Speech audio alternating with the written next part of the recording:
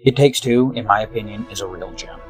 It's fun to play, it looks great, and it tells a deep story that delivers its message in a truly innovative way.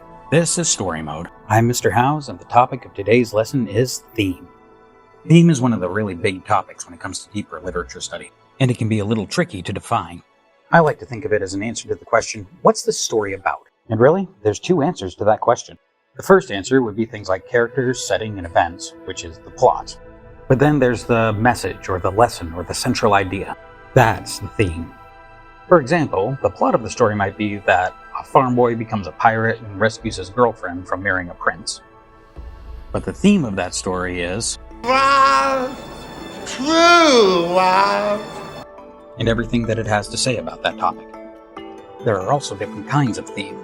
There are aesthetic themes, like the themed areas of a theme park, or perhaps musical themes that reoccur throughout a soundtrack. The idea of themed levels in a video game is nothing new, but this is where It Takes Two stands out.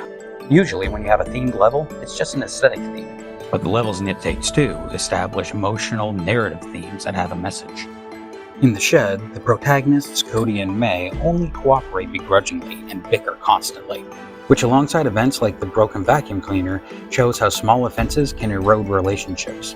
The Tree continues the theme of conflict, seeing Cody and May getting involved in an actual war. This highlights how destructive a conflict can be, and there are plenty of explosions to drive that point home. Rose's room is actually a bit controversial. The initial goal in this level is to make Cody and May's daughter, Rose, cry, and the way they attempt to accomplish that goal is pretty cruel. Some people consider this to be poor character writing, and they don't like only having the one option. But the theme of this level is selfishness and how much it can hurt those we love.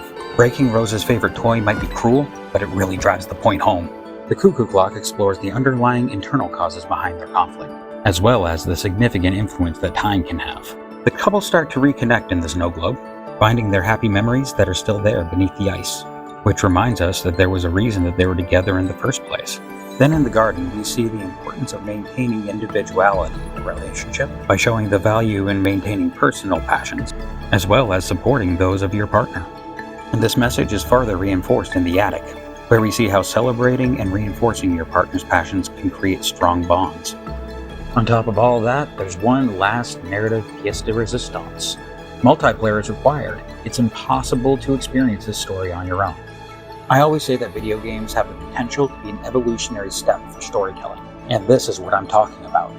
All of the messaging comes together to build the game's central theme, which is summed up in the title, It Takes Two. And all that messaging about cooperation and communication, you have to actually do it in order to keep playing, because it literally takes two. Thanks for watching Story Mode. Let me know in the comments if there's any game or literary device that you want to see next. Class dismissed.